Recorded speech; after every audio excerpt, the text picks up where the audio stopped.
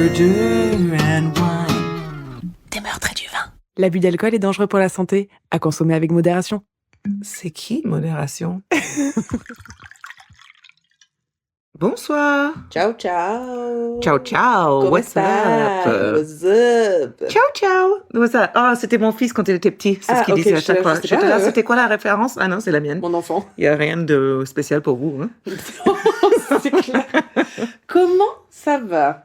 Écoute, depuis la dernière fois, très, très, très lointain, presque, je ne me souviens pas quand est-ce qu'on s'est vu. Non, d'ailleurs, t'as grandi, non, un petit peu? Ouais, j'ai pris du poids. Ouais, je trouve que la maturité s'est installée sur toi. C'est les rides. Ah, pardon. Non, ça va. Et toi? Bah écoute, moi ça va. On attend la pluie impatiemment de qu'elle passe et que l'été arrive. Ah oui. On peut pas parler de météo, on sait pas se situer après ça. Non, c'est vrai, mais bon, moi je me vois très bien en vacances dans quelques temps, donc tout va bien. Yes. Donc on est toujours aussi heureuse, on est toujours un trio avec Ludie. Ouais. Qui est de retour avec nous, qui sera de toujours avec nous d'ailleurs. Et d'ailleurs qui n'a aucun problème d'entendre des histoires de gens qui se font tuer, donc c'est bon. Non, il dort quasi tout le temps, malgré les trucs qu'on raconte. C'est un vrai chien de true crime. Voilà, il a l'estomac en Solide. béton. Voilà, Il a c'est des ça. reins solides. C'est ça. Sinon, moi j'ai acheté... alors, je sais que je suis complètement en retard quand on parle de gens qui sont fans de true crime et qui aiment les affaires criminelles, etc. Je sais que je vais me faire juger sur ce que je vais dire dans pas longtemps. Je viens de recevoir le livre de Michel McNamara, I'll Be Gone in the Dark.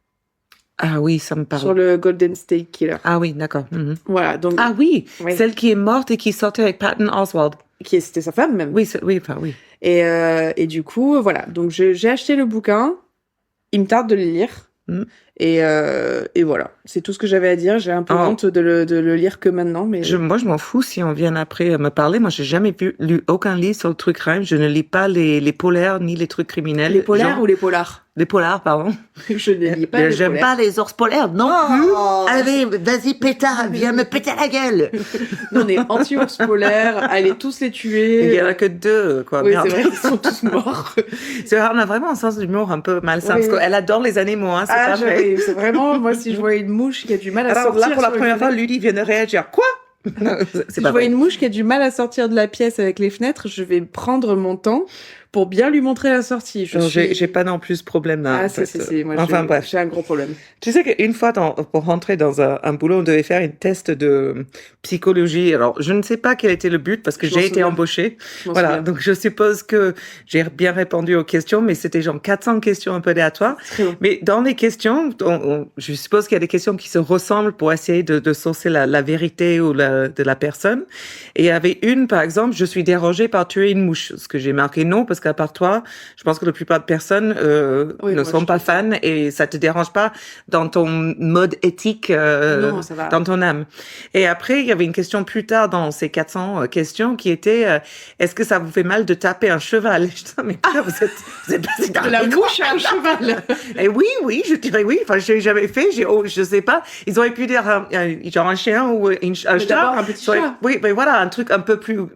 Déjà dans la norme. Enfin, la plupart des gens ils passent pas leur vie avec des chevaux. Non. Moi, dans mon cas, j'en avais, mais je n'en ai jamais tapé. Excusez-moi. Mais bon, Duchesse. ils sont sortis pas de coq à l'âne, mais de la mouche au cheval.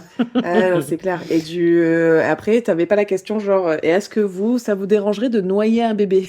Non, alors, on n'est pas allé aussi loin que ça, mais bêtement, tu vois, quand j'ai répondu non aux deux questions, parce que je m'étais dit, je vais pas dire que j'aime tuer les animaux, peu importe. Non, c'est Mais il y bien. avait d'autres questions complètement bêtes. Est-ce que vous fumez ou est-ce que vous buvez? Ben non. Non, alors moi, vraiment pas, c'est mal me connaître. C'est clair. Voilà, donc j'ai été embauchée. Alors moi, je ne fume pas, je suis pas ta clope. Moi, pour ceux qui ont la ref, j'ai à peu près votre âge. Je sais pas de quoi elle parle. Mais en France, en fait, c'était un truc dans les années 90. Pataclope, c'était le petit truc pour empêcher les enfants de commencer à fumer, en fait, Ah parce oui. qu'on commençait à fumer à 8h30 à peu près en France. Donc voilà. J'adore les Français. Ouais. Et maintenant, tout le monde est addict à un clé USB. C'est ça, c'est ça. La vie est belle. Donc attendez, est-ce que je peux? Parce Oui, que tu là, peux. on n'en avait pas parlé. Donc, en fait, là, elle a sa cigarette électronique dans sa main. Et en fait, elle a changé parce que quand on est partis à Berlin toutes les deux, pendant les 3 jours, la seule chose que j'entendais, c'était... J'en pouvais plus. Et il faut savoir que Charlotte, elle a, tu vois, la misophonie, donc elle aime pas les bruits bizarres. Donc je la regardais dans l'hôtel et je putain, elle va jamais repartir avec moi en Non. vacances. Non, c'est clair. Ah, mais j'étais en train de me dire ça. J'étais en train de me dire, c'est fini. C'est impossible. C'est fini. Et du coup, moi, j'étais en train de scroller sur. Mais elle sur s'est Insta. pas plainte et je suis allée me trouver Non, autre chose. je me suis pas plaint. Tout ce que j'ai fait, c'est que j'étais en train de scroller sur Insta et du coup, je fais bon, bah, c'est l'heure de dormir. J'ai mis mes boules caisses et je suis parce que tu sais, tu faisais ça toutes les 2 minutes. Ouais, Bref. j'étais un peu stressée. Voilà, cet épisode n'est pas pour casser du sucre casser du dos sur le sucre de Sarah. Ni les fumeurs de cigarettes ou électroniques ou Si. d'autres Si, arrête de fumer. substances. Arrête de fumer, il suffit. Oui, c'est vrai. Mais enfin bref, par amour et amitié, je suis direct allée changer sans qu'elle me demande. Et quand elle est arrivée, j'ai dit regarde. Et voilà, le silence total. Le silence des agneaux. Voilà. Et maintenant, je peux fumer pendant le podcast, ce qui m'arrange aussi. Oui, voilà. Donc cette histoire était très intéressante, n'est-ce Ouais, pas? voilà, merde. Et on est là pour parler de nos vies aussi. On avait dit, hein. Ouais. C'est notre concept. Ouais. Bon, alors moi j'ai pas d'histoire puisque ça c'est la soirée à Charlotte. Donc j'ai juste une sorte d'anecdote, un documentaire, une recommandation, une brève partie d'histoire que je vais vous raconter. Alors il y a un documentaire qui vient de sortir qui s'appelle The Truth versus Alex Jones. Est-ce que ça vous parle? Tu me vous vois? Non, mais je parlais aux auditeurs. Non, continue de me vous voyez Ok. beaucoup. Donc Alex Jones, c'est un de ces sortes alors journaliste, c'est pas un vrai journaliste, mais en fait, c'est du très très extrême droite. Bon, il a pas commencé comme ça, mais pour faire sa Il y a un renommée. podcast? Ouais, voilà. Mais bon, il est passé aussi sur Truth Social, plein de trucs comme ça. Et en fait, donc, il commence à être de plus en plus connu en faisant des histoires de plus en plus loufoques aussi qui, on va dire, vraiment pris par la droite extrême, pardon. Okay. Et donc, du coup, c'est lui qui a, donc, c'est grotesque, c'est horrible. J'imagine. Lui, il va nier ce qui s'est passé à Sandy Hook. Donc, le gars qui rentre à l'espèce de petit enfant maternel et qui a tué tous ses enfants au primaire. Ouais, le tueur de masse qui a tué des enfants de Voilà, à primaire. Sandy Hook. Et donc, il a tué, je ne sais plus exactement combien d'enfants, mais c'était, alors, je pensais l'avoir noté. Et en fait, il va raconter ses mensonges, donc fake news, encore et encore et encore, en fait, à faire croire, donc au peuple américain, et beaucoup de gens l'ont cru, que c'était un mensonge, que ça n'a jamais eu lieu, que c'était des acteurs, des choses comme ça. Donc là, c'est un documentaire qui s'appelle The Truth versus Alex Jones, qui est vraiment intéressante. En fait, on va comprendre ce qui est mis devant cette jury, et pour les victimes, donc des familles, mais qui ont tellement été harcelées qu'au final, ils sont que 2 des parents qui vont continuer à faire cette quête parce qu'il est... Ils en peuvent plus. il a gagné tellement de millions d'euros qu'il faut le faire, tu vois, pour essayer, parce que c'est toute une histoire d'argent. Et en fait, lui, en même temps qu'il faisait ça, il vend des vitamines sur son show. Et en fait, il va continuer à dire n'importe quoi, sinon il perd de l'argent. Il perd des sponsors, il perd de la pub, il perd tout ça. Donc, il va continuer à faire ça. Donc, c'est absolument incroyable le spectacle de ce documentaire. Parce que l'avocat donc de la prosécution, donc de celui qui est la défense des 2 parents qui mènent le... Ouais, je vais y arriver. Voilà. En fait, cet avocat reçoit par erreur 2 ans de SMS de Alex Jones qu'ils envoient. Et c'est Alex Jones qui disent dans ses textes qu'en fait, c'est faux ce qu'il dit, que ça s'est vraiment passé, que c'est de la merde, etc. Et c'est ses avocats à lui qui l'envoient, mais totalement par erreur. Oh, c'est génial. Du coup, le jury vont demander à ce qu'il paye 50 millions de dollars vers les 2 parents qui mènent l'accusation. Ils vont dire que c'est largement gérable par Alex Jones parce qu'il vaut, je sais pas, 400 millions d'euros. Wow. Il n'est pas protégé par l'amendement de free speech parce qu'en fait, on dit tu peux pas juste mentir, en fait. Et en fait, à cette époque-là, 24% de la population, dont 75 millions de personnes aux États-Unis, vont croire que c'était des foutaises, des fake news, que ces enfants ont été tués. Mais en fait, il y en a plein qui croient. En fait, je pense que il y a beaucoup d'Américains, tous ceux, sans les nommer, tous ceux qui votent pour Trump, qui aiment la théorie du complot. Ils aiment comment dire? Ils aiment penser que eux ont compris et pas d'autres. je ne sais même, je peux même pas qualifier leur pensée tellement c'est absurde. C'est absurde complet. Mais je pense qu'ils ont vraiment ce truc parce que ce sont pas des gens c'est pas en majorité, on va dire, on va pas faire une généralité, mais en majorité des Mais gens une qui sont grande pas partie, hein, quand voilà, même. très cultivés, très intelligents, etc. Mais ils aiment penser. Mais c'est un culte pour moi. Mais On oui, est, on arrive complètement. au stade de Ah non, culte. mais bon, on y est complètement. Ouais. Et ils aiment penser que eux ont compris quelque chose que d'autres personnes qui se disent plus intelligentes qu'ils le sont dans les faits n'ont pas compris. Ouais. Alors, ce qui est fou, donc ça, c'est le premier procès. Il y aura un deuxième procès. Là, il y a plus de parents, Ok. il y a plus de parents qui vont participer parce que bon, ils ont vu, ils avaient les preuves sur main, ils ont vu que les jurés les ont crus. Là, il va être condamné à 120 millions vers un père et 55 millions vers un autre, qui sont des sommes absolument énormes. Je pense qu'il n'a pas encore payé. Mais bon, tu sais, le procès, le système légal. Mais Alex Jones, lui, il continue à faire son podcast et encore à la télé, il continue de dire les mêmes mensonges qu'avant et les auditeurs continuent de le croire, malgré le fait de toutes ces preuves enfin, c'est affolant. Mais c'est comme Trump. C'est le mec a été Il adore Trump, condamné. pensez bien. On a vu là où il a menti, c'est prouvé qu'il a menti sur tel et tel fait. Mais non, c'est les démocrates qui sont contre lui et qui ont fait tout un truc de machin. Donc, C'est bref, ça. c'est des gens, tu peux même pas essayer de négocier ou quoi que ce soit ou de discuter avec eux, il y a aucun intérêt. C'est ça. Ok, donc voilà, je sais pas si c'était je mon vais le intro. voir, parce que ça va m'énerver. Ouais, mais c'est vraiment bien fait. Moi, j'ai vraiment trouvé ça super. Après, c'est enrageant. Oui, voilà, je conçois. Donc voilà, je sais pas, mais intéressant. Tout à fait. Voilà. Alors, moi, installe-toi. Alors, non, attends, on va parler- Pardon. Maman. Donc là, on a un vin que j'affectionne beaucoup dans toutes les couleurs. Alors on a fait, il me semble, le blanc. Le blanc. On a fait le rouge, je crois. Je l'ai fait seul. Je sais pas si tu l'as fait seul ou si on l'a fait sur le podcast quand on a fait le blanc. Je sais plus. Bon, alors c'est pas grave. Pardon, c'est les bruitages, c'est un peu ludique, qui court un peu où il veut. Normal, c'est sa maison. Alors, il s'appelle les Hortes du Loup, c'est un Pic Saint-Loup. Et là, on se penche vers le rosé, parce que malgré le fait qu'il y a encore un peu de gouttes de pluie, je veux que ça soit C'est l'été. l'été, merde. On va tout faire pour amener l'été chez nous. Donc, les Hortes du Loup, c'est un vin que vraiment j'adore. Là, c'est de rosé d'épines, c'est un Pic Saint-Loup. Le rosé est juste parfait. Il est léger, il est légèrement fruité, il est sec. C'est le vin d'été par excellence. Donc, je sais que j'ai déjà goûté, mais je vous Attention. le conseille. Attention.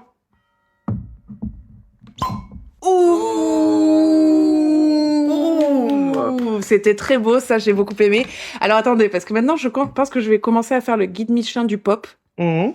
Ça, c'était un 9 De quoi? sur 10. Ah, un 9. J'ai cru que tu as dit un 9. Ah, genre genre, bacon and eggs? Non, J'ai c'est rien un 9 compris. sur 10. Mais on dit dans le guide Michelin, j'étais vraiment perdu. Non, sur le guide Michelin du pop, donc Ça, c'était un le 10 GM sur 10 pour moi. le GMP, hein, comme on l'appelle dans le jargon professionnel. C'était un 9 parce que est-ce qu'on veut vraiment donner un 10 direct là sur le premier On en la a fait première plein note quand même, mais... Ouais, mais c'est la première note qu'on donne. On donne une note parce qu'elle était tellement bonne qu'on a Ah, l'idée ouais. de note. Ah, Réfléchis, ma belle. ok. Donc maintenant, Les Hortes du Loup, le rosé, pour là, c'est- 10 sur 10 sur le pop. 10 sur 10 sur le pop, on va maintenant noter de 1 à Horte du Loup. Ça sera l'échelle. Voilà. Voilà. Donc, Bon, mais moi, je m'installe. Voilà. Pas d'histoire, Installe-toi. c'est une Attends. histoire à Charlotte ce Je soir. me sers. Et pas à moi. Hop. Excusez-moi. Voilà. Donc, excusez-moi. ASMR. Oh, c'est moins bien avec juste les glaçons. Bon. Et go. Je suis ready. Peux-tu me donner 2-3 glaçons, s'il te plaît? Je peux. S'il te plaît. Merci. Tac. Ouf, oh là là. Je fais du bruit. Hein, Tellement de Je bruit. m'excuse. Désolée, Bruno. Mhm. Allez, Alors, let's go. je pense que j'ai donné pas mal d'indications sur le... Excusez-moi, le chien lèche mon verre. Sur Instagram, je vais m'attaquer pour ma première histoire toute seule de un épisode hebdomadaire à Richard Ramirez. Ah, The Night Stalker. Ou le Ouais. traqueur de la nuit. Mais comme d'hab, ils sont de Californie, de là où je viens, comme beaucoup de tueurs en série. C'est vrai, la Californie est propice à vouloir tuer. C'est peut-être la chaleur. Ouais, c'est ça. Je ne sais pas. Attendez, hop. Ok, donc pour cet épisode, en fait, je me suis inspirée, alors je l'ai regardé 4 fois, pour pas vous mentir, du documentaire sur Netflix qui s'appelle donc Le Tracker de la T'es nuit. tellement plus sérieuse que moi. Bah, en fait, je l'avais déjà vu, Ok. une première fois il y a longtemps. Je l'ai vu celui-là Ensuite, aussi. je l'ai revu. Ensuite, je l'ai re-regardé pour l'étudier, puis ensuite, je l'ai re-regardé pour les petits détails et tout. Ok. Donc, en fait, ce que je vais faire, c'est que je vais vraiment plutôt Mhm. parler de comment s'est passé, en fait, on va dire, la chronologie des victimes et des meurtres. Et ensuite, je vais terminer par qui était Richard Ramirez. Ok. You ready? Not really, parce que je connais cette histoire, elle est affreuse, mais au moins je la connais, donc je suis T'es préparée. prête? Voilà, Ouais. ben, c'est parfait.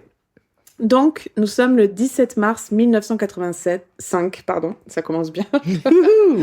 1985 à Rosemead, Mhm. en Californie. Dale Okazaki est retrouvée morte chez elle avec une balle dans la tête. Elle est allongée dans la cuisine et la police dira, en fait, ils ont eu la preuve qu'elle voulait se relever de derrière son comptoir, en fait, son îlot de cuisine, pour voir si l'intrus qui était chez elle était parti, parce que ça devait être silencieux. Et le tueur, en fait, attendait juste derrière. Elle pensait qu'il était parti. Et il attendait juste derrière pour voir sa tête dépasser du comptoir et lui tirer dessus. La colocataire de Dale, Maria Rodriguez, rentre également chez elle, ouvre la porte du garage et entend un bruit derrière elle. Elle se retourne et voit un homme dans une veste noire, regard vide, avec un pistolet pointé dans cette direction. Elle met les mains devant son visage pour se protéger, il tire, mais les clés qu'elle tenait dans sa main, en fait, ont détourné la balle et l'ont sauvée. Ce qui est, pour moi, ce genre de truc, c'est où quand t'as genre une pièce dans ta poche de chemise qui te sauve la vie. Enfin, Oui, tout à fait, ouais. Incroyable. Un truc de western, quoi. Incroyable. Oui, voilà, l'étoile Ouais. du shérif. C'est ça. Elle est assommée, puis réussit à s'enfuir. Elle entend un autre coup de feu à l'intérieur de la maison, en fait, au loin, et elle s'inquiète pour sa colocataire, donc revient sur ses pas, elle a le courage de la nana. Enfin, Ah ouais. c'est là où tu sais pas comment tu vas réagir. Est-ce que moi, si jamais on est là, j'arrive à m'enfuir et j'entends quelque chose, est-ce que je reviens sur mes pas pour toi? Je ne sais pas. Ludi nous sauvera de rien. Il te porte tout. Caniche-toi. Que veux-tu? J'espère que tu me sauverais quand même un peu. Ben oui, Moi, mais je je sais jetterais pas. un coup par la fenêtre. Peut-être Non, je peux pas. Peut-être que je reviendrai en arrière en appelant la police, mais je sais pas si je rentrerai dans la maison. Bah, ils n'avaient pas de portable à cette époque-là, donc C'est vrai. l'option n'était pas. C'est vrai.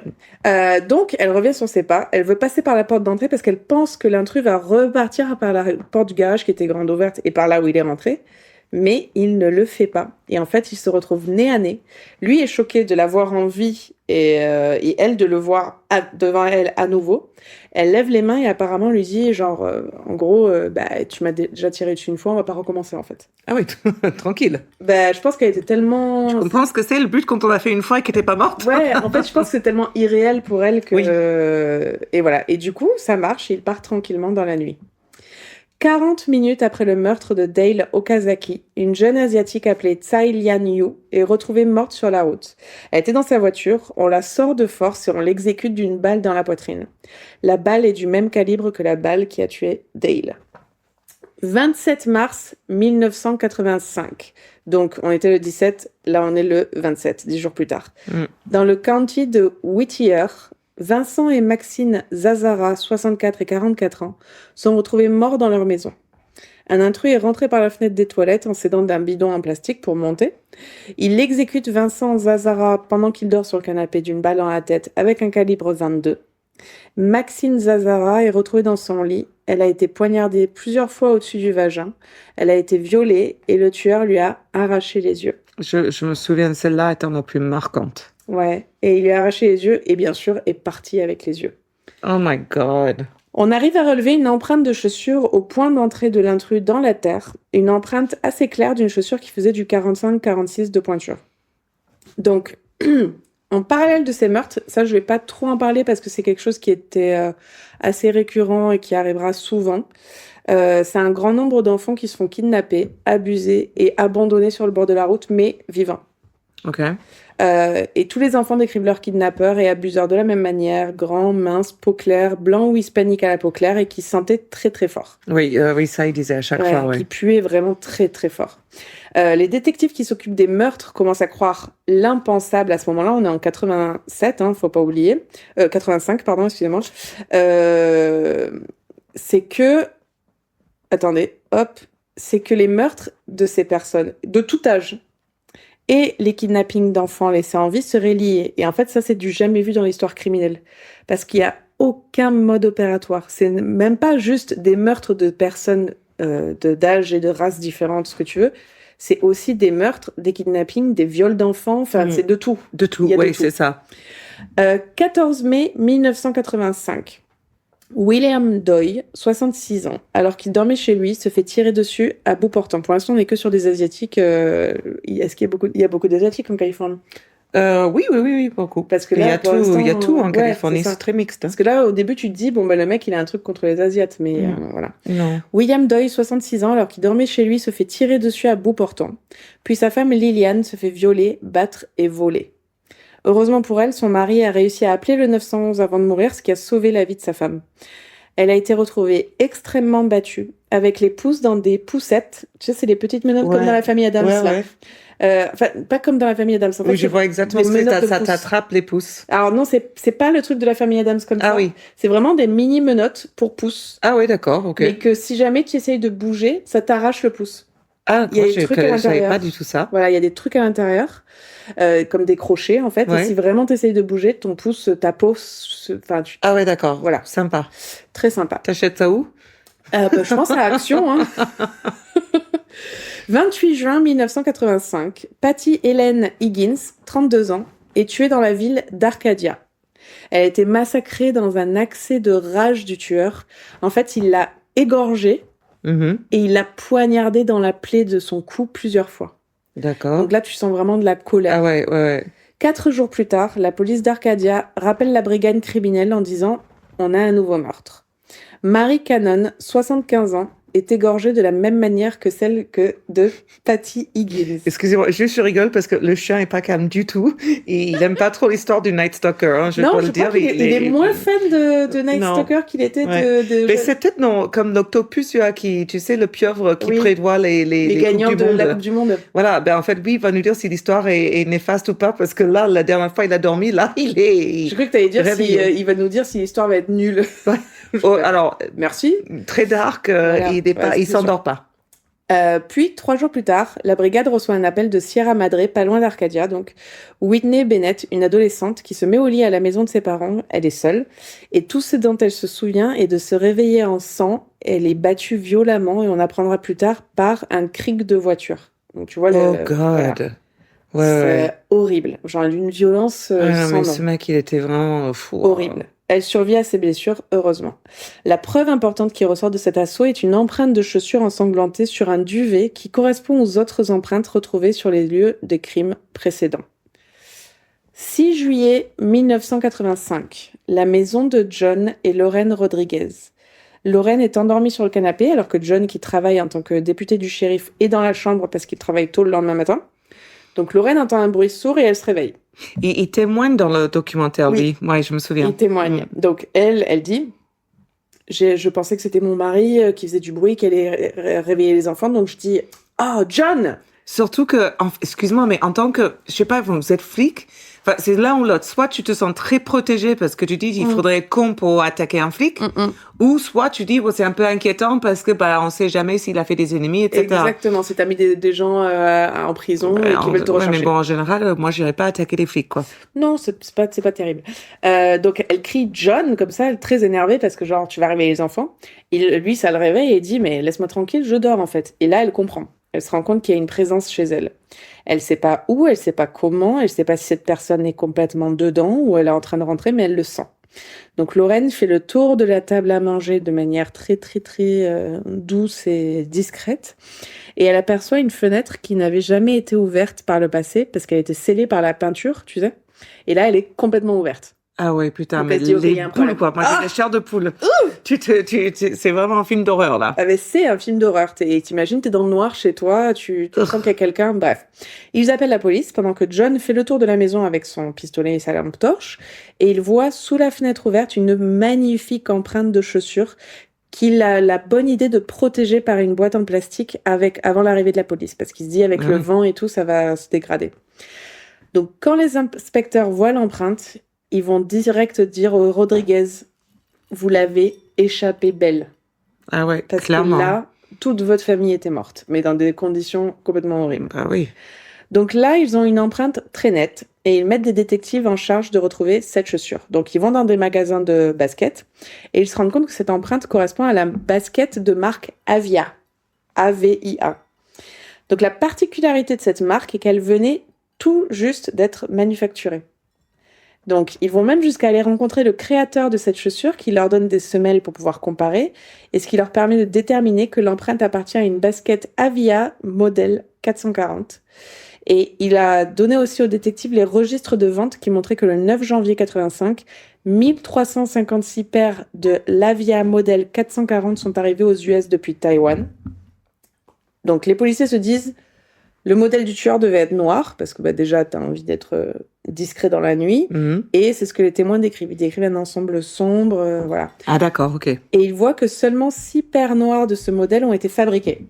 Ah ouais. 5 sont allées en Arizona et 1 à Los Angeles. Ça, les chances, quoi. Mais c'est notre Incroyable. époque. Ouais. En fait, c'est ça. Et puis déjà, qu'il ait pris une chaussure qui venait juste d'être manufacturée et pas une Adidas. Oui, ouais, non mais complètement. Donc, alors, malgré le fait qu'on ait toutes ces informations, on n'arrive pas à aller plus loin dans l'identification de l'acheteur parce qu'il a dû acheter cash il y a... Ben voilà. oui. Mais on peut à 300% lier ces affaires aux affaires de kidnapping d'enfants parce que sur ces affaires de kidnapping, on retrouve la même empreinte. Donc, D'accord. Et on sait que On c'est a- toute la même personne avec cette Exactement. empreinte de chaussure. et puis très simple, tu vois un suspect avec ses chaussures, bingo, j'ai le tueur. Donc là, il commence à avoir pas mal de preuves et il se familiarise de plus en plus avec le tueur et de sa manière de faire. Donc il commence aussi à regarder les meurtres non élucidés du comté de Los Angeles et remarque une affaire qui a des similitudes, l'affaire de Mabel Bell et Florence Lang. Donc Mabel et Florence, c'était 2 sœurs octogénaires qui vivaient ensemble. Un jardinier les découvre 2 jours après leur attaque. Mabel est décédée et Florence est emmenée à l'hôpital dans un état très très critique. Donc le tueur s'est introduit par la porte arrière et a attaché Mabel avec du scotch de chantier, lui a attaché les bras et les jambes.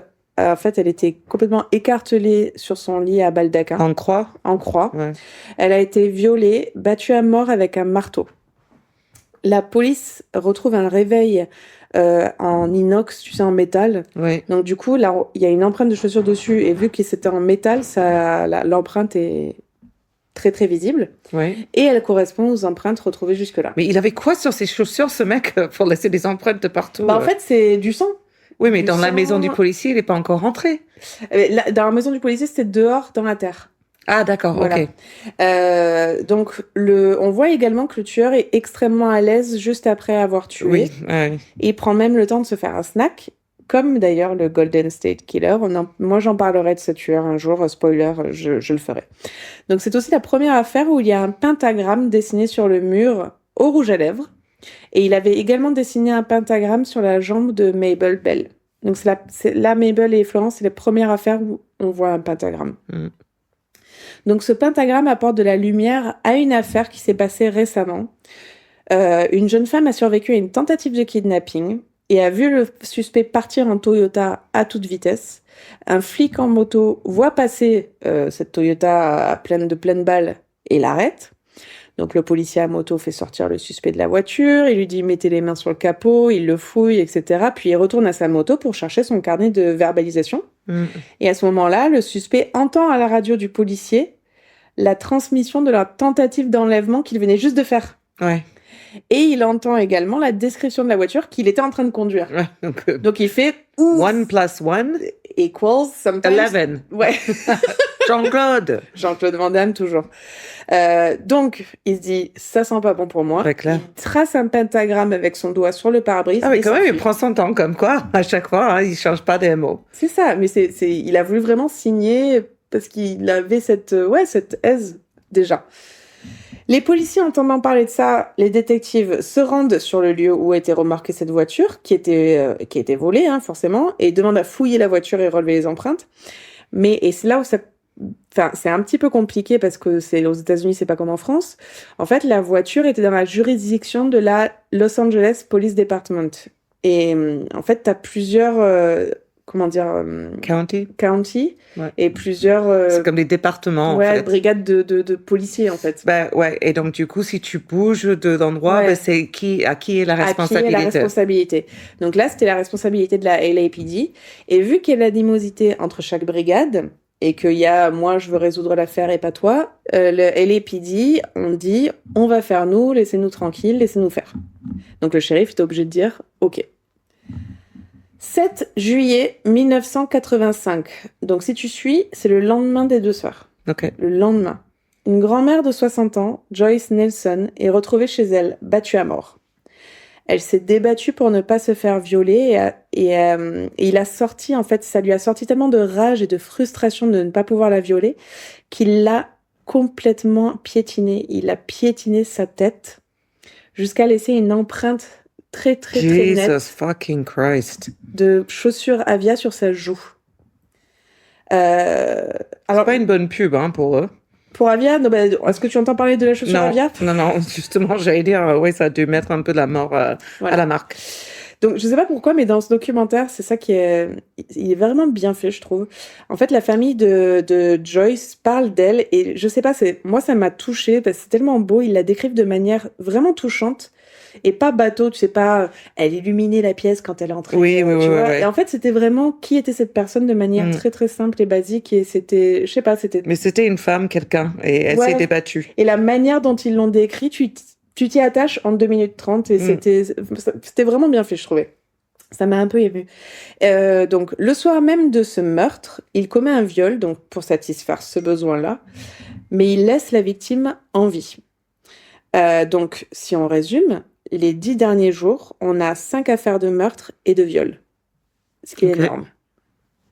Donc bien sûr à ce moment-là les médias commencent à comprendre que toutes ces affaires sont liées en fait à force de voir les mêmes 2 détectives se pointer sur les différents lieux de crime et là forcément c'est la débandade médiatique et c'est là où ça commence, ils ont commencé à trouver des noms et jusqu'à ce que ça devienne le Night Stalker, donc le traqueur de la nuit.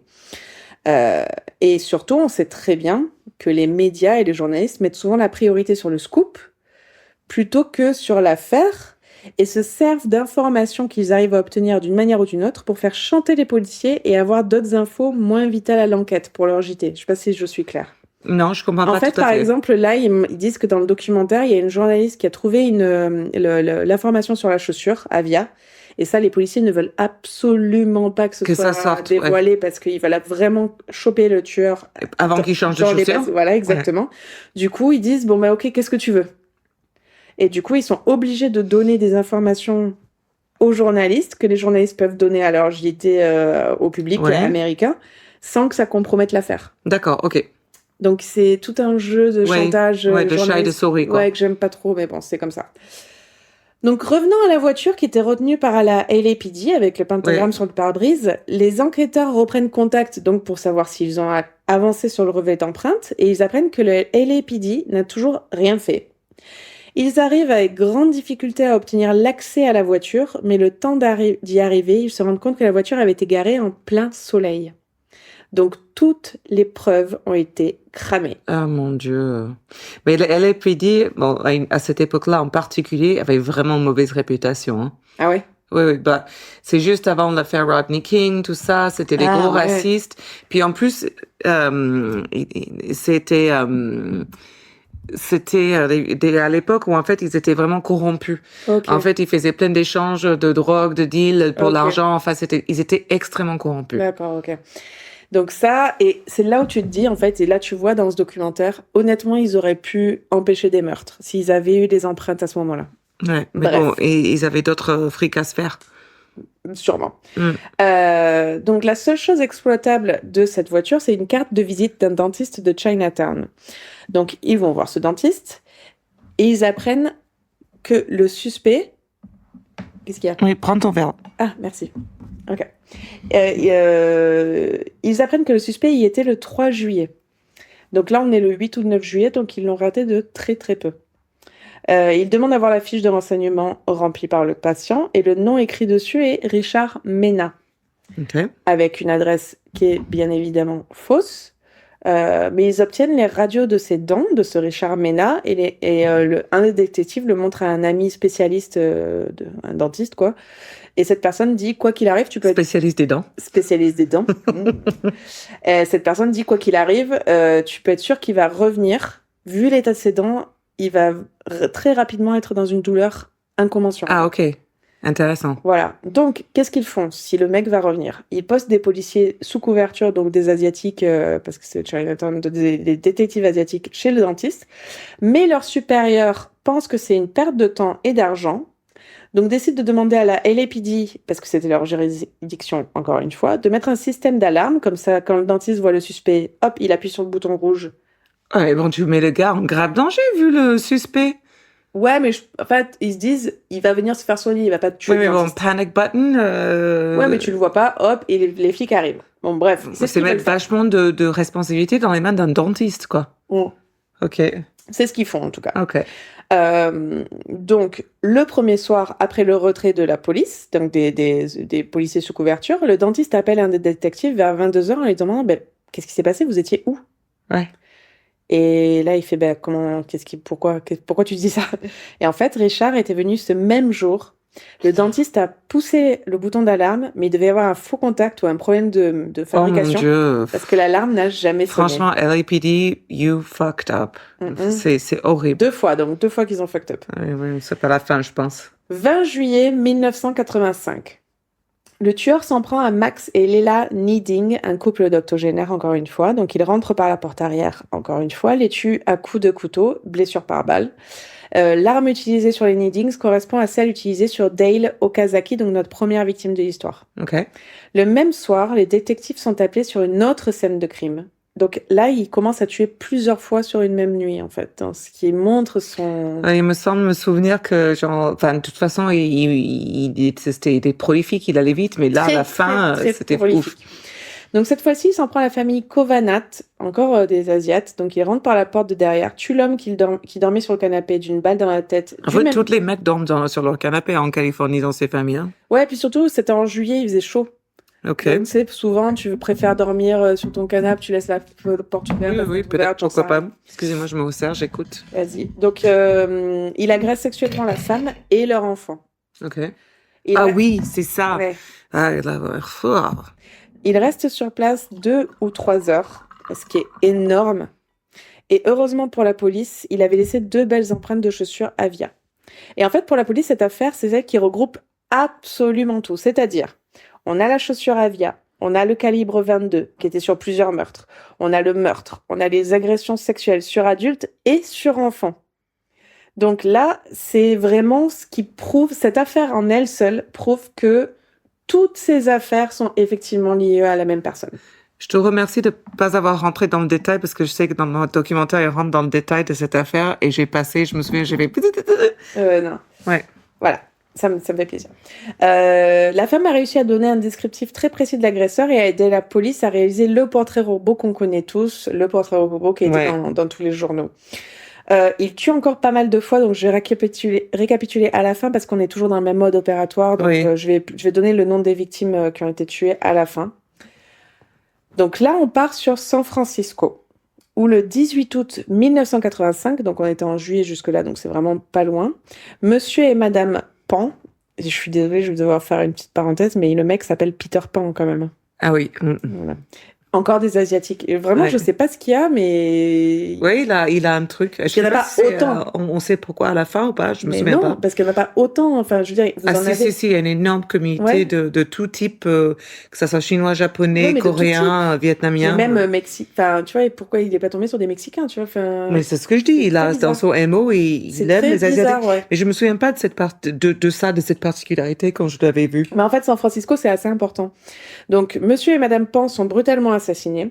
La femme est également violée. La scène de crime montre que le tueur s'est fait à manger, puis a tout vomi sur le tapis, puis s'est masturbé sur ce même tapis. Je me souviens, là, c'était ça, il y avait une scène assez glauque. Il s'est fait un sandwich de fromage ou un truc comme ça. Ouais. Et après... voilà, donc une scène assez glauque.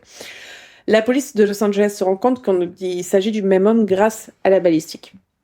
Donc, ils débriefent la police de San Francisco sur tout ce qu'ils savent, parce que vu qu'il n'y avait pas de communication entre les différents États, il faut Ça, c'est le même État, mais les différents les départements différentes villes, de policiers, quoi. county, ouais, voilà, excuse-moi. Et en fait, ils veulent surtout pas que la police de San Francisco dévoile quoi que ce soit au public. Ah oui, d'accord, sur les détails de... Bah oui, ouais. ok. Donc, ils donnent tout. Les empreintes de chaussures Avia, tout, le MO, etc. Sauf que la maire de San Francisco, à l'époque, a donné une conférence de presse où elle dit tout. Ah. Tout. Que le... What was it? Celle qui est devenue atterrée au Sénat après. Tu l'as le nom? Non, mais... Et je l'ai pas noté, mais c'est... On s'en fout, en même on s'en temps. fout. Et en fait, elle donne tout. Que le tueur porte des chaussures de marque Avia, que le tueur fait ci, que le tueur fait ça. Putain. Et les policiers de Los Angeles sont fous de rage. Donc maintenant, le tueur sait que tout le monde sait et va certainement arrêter de porter ses chaussures qui étaient uniques. Qui avait une comment dire, une... C'était sa Diane marque. Feinstein. Oui, c'est elle. ça. Mais c'est celle qui vit... Bon, bref. Ok. 24 août 85.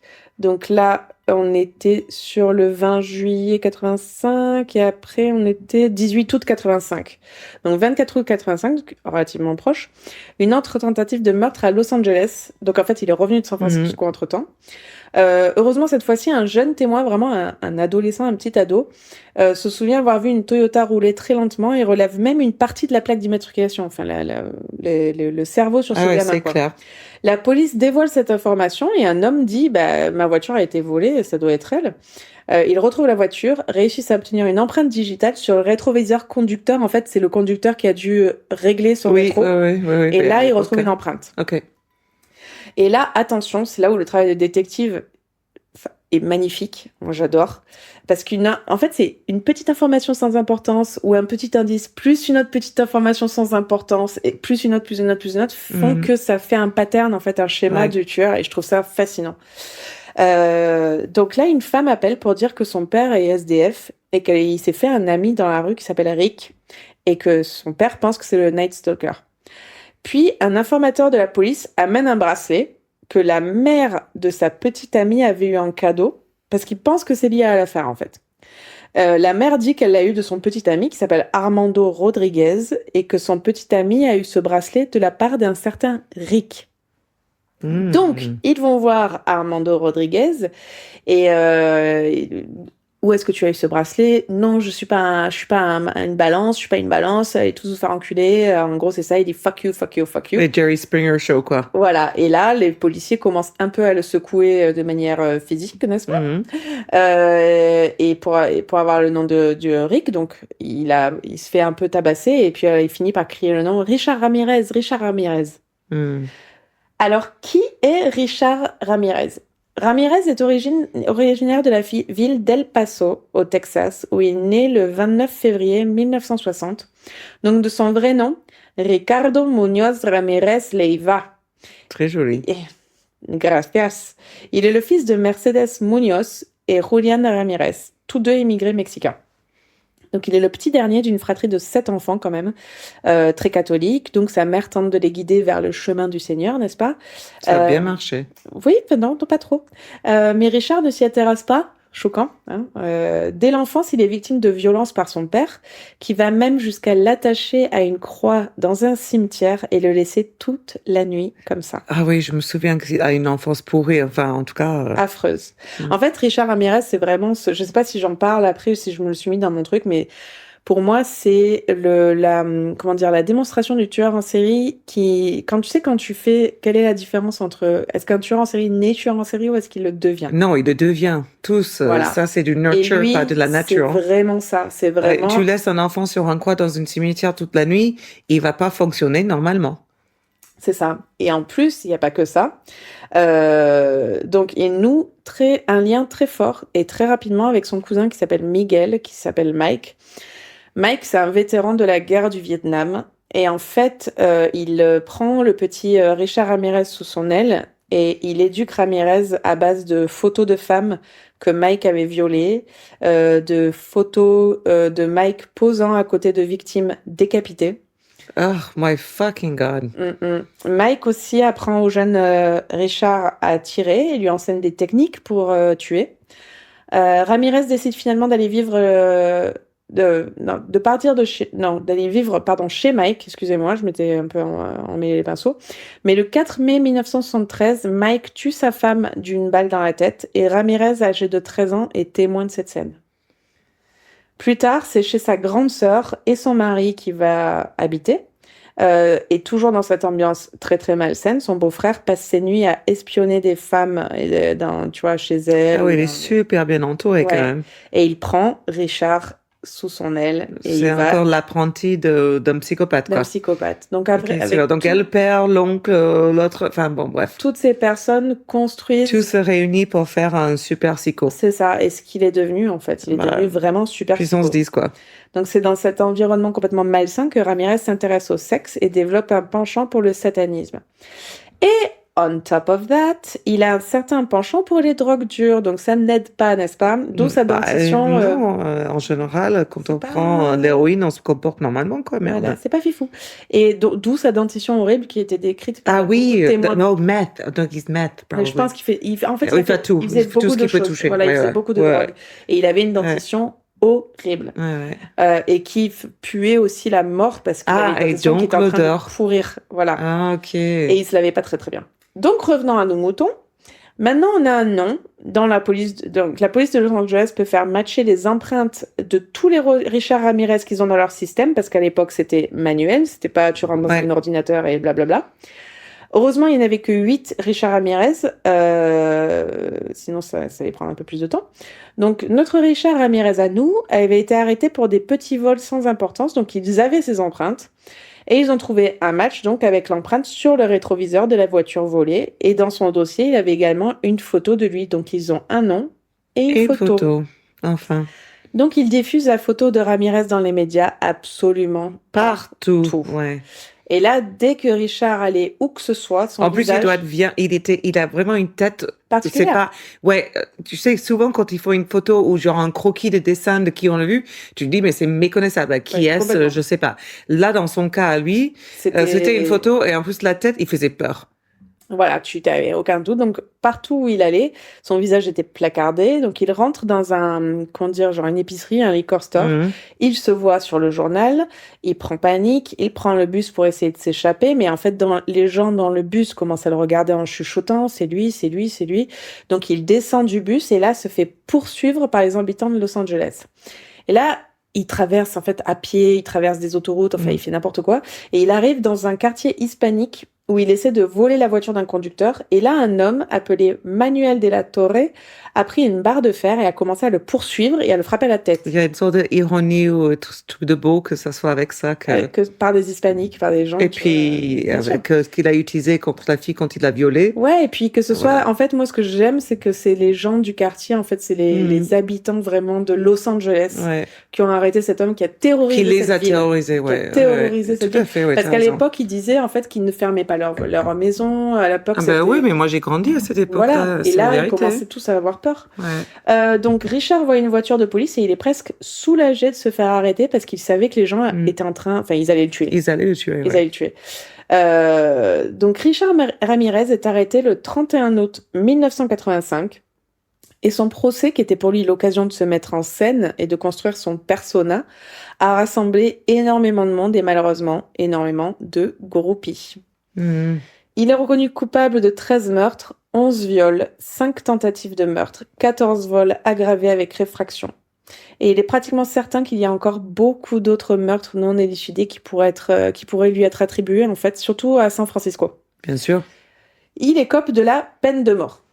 En 96, Richard Ramirez se marie avec Doreen Lioy, une journaliste indépendante qui lui avait écrit 75 lettres d'amour en 11 ans et était persuadée de son innocence.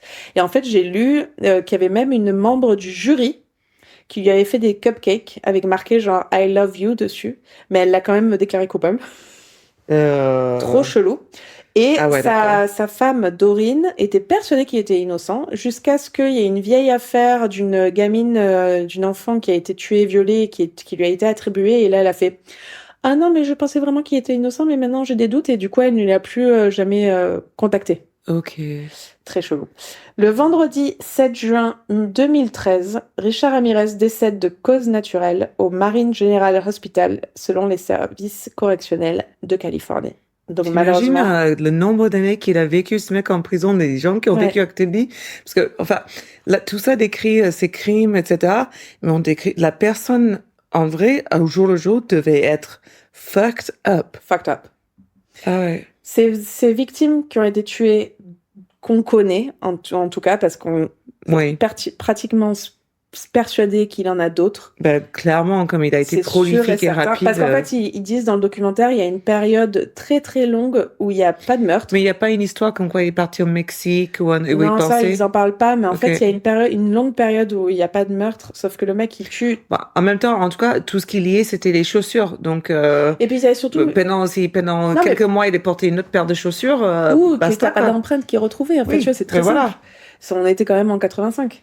Mm. Donc là, on a Jenny Winkau, 79 ans, Dale Okazaki, 34 ans, Tsai-Lian Veronica Yu, 30 ans, Vincent Zazara, 64 ans, Maxine Zazara, 44 ans, William Doy, 65, Mabel Bell, 84 ans, Marie-Louise Cannon, 77 ans, Joyce Lucille Nelson, 61, Max Needing, 68, Leila Needing, 66, Sheinarong Covenant, 32 ans, et Elias Abowat, 31 ans. Ça, c'est les victimes tuées, connues Mm. de Richard Ramirez. Ouais. Alors, j'aime pas du tout l'histoire. Hein. Je vais pas te dire que j'aime. Et non. Mais c'est... Moi, Richard Ramirez, pour pas te mentir, ça a été une des premières histoires forcément que j'ai vues quand j'étais peut-être 12-13 ans. Ah ouais. C'était pas le premier. Le premier que j'ai vu, je pense que c'était Jeffrey Dahmer, que j'en ai parlé sur notre premier épisode, Mm. qui m'a complètement perturbée. Moi, Jeffrey Dahmer, c'est un des premiers que Ouais. j'avais su, enfin, dans Moi la aussi. vraie vie, Moi aussi. qui m'a perturbé. Lui, je l'ai découvert au truc Netflix. Hein. Je suis... Ok. Ah oui, mais moi, je suis pas true crime. Et moi, Richard Mais Jeffrey Ramirez... Dahmer, c'était, enfin, il mangeait les gens, donc Oui. forcément. Ben, je me souviens que j'avais vu un documentaire, mais j'étais très jeune. Et après, Richard Ramirez, j'étais petite adolescente.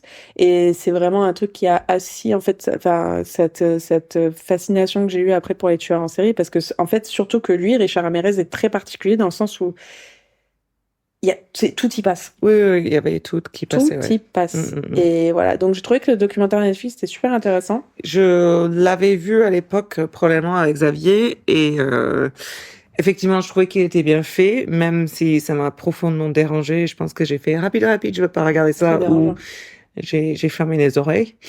Mais bon, si on fait un podcast de True Crime, il a le mérite de raconter l'histoire de Richard Ramirez, malgré... Et il faut. À un moment donné, il faut. Motherfucker. Voilà, Matafaka. Voilà. Bon, ben écoutez, on espère que vous avez aimé ce petit épisode hebdomadaire maintenant. Donc, si vous aimez notre podcast, n'hésitez pas à liker, mettre des étoiles, mettez des commentaires, partagez autour de vous. Vous nous partagez des histoires. J'espère que vous en avez pas, mais si vous en avez, Ah oui, donnez-nous des histoires. Franchement, si vous voulez parler de quelque chose, envoyez-nous un mail à desmeurtresduvin@gmail.com ou sur notre Instagram. Moi, franchement, je suis prête à parler de ce que vous voulez. do it. Do it. Et puis un jour, j'aimerais bien faire un épisode spécial où genre les gens peuvent nous poser des questions. Ah oui, mais il faut. Ouais. Je sais pas comment Est-ce ça que ça marche. vous intéresse? Genre type live. Même pas live, genre ils nous ont envoyé des questions en amont. En amont? Ah ouais. Est-ce que ça vous intéresserait? Voilà, dites-nous. À voir. Voilà. Sur ce, Bonne soirée ou journée. bye. Ciao. Si t'aimais ça, like and subscribe.